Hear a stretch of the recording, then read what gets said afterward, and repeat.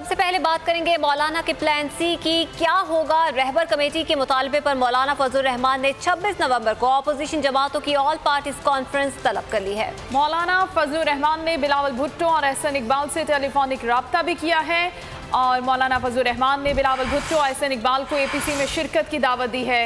मौलाना फजलुर रहमान और अपोजिशन जमातों ने रहनुमाओं ने राब्ते जारी रखने पर इत्तेफाक किया है। खबर आपको दे रहे हैं मौलाना फजलुर रहमान के प्लान सी के हवाले से। प्लान सी अभी तक सामने नहीं आया और अब इस प्लान सी को कब शुरू करना है, हिकमत अमली क्या होगी और सियासी जमातों का क्या किरदार होगा, इस पर मौलाना फजलुर रहमान ने अब मुख्तलिफ जमातों के रहनुमाओं से राब्ते शुरू कर दिए हैं और APC में शिरकत की दावत भी दी है। इस हवाले से मजीद बात करेंगे बोल न्यूज़ के नुमाइंदे इरशाद संजरानी से। इरशाद, इस हवाले से मजीद आगाह कीजिएगा।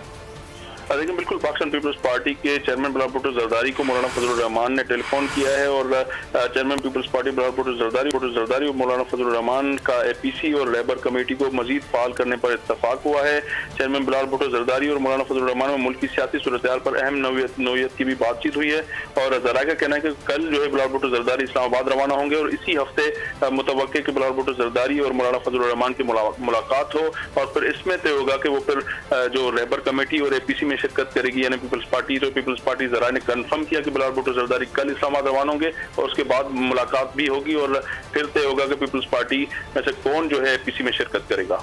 ठीक है, एहसन इकबाल और बिलावल भुट्टो जरदारी से मौलाना फजलुर रहमान ने टेलीफोनिक राब्ता किया है। 26 नवंबर को ऑल पार्टीज कॉन्फ्रेंस बुलाने के लिए फैसला किया गया है और मौलाना फजलुर रहमान की जानिब से अपोजिशन जमातों से अब राब्ते तेज कर दिए गए हैं। प्लान सी क्या होगा, इस हवाले से बातचीत की जाएगी। इरशाद संजरानी इस हवाले से आगाह कर रहे थे, आपको बहुत शुक्रिया।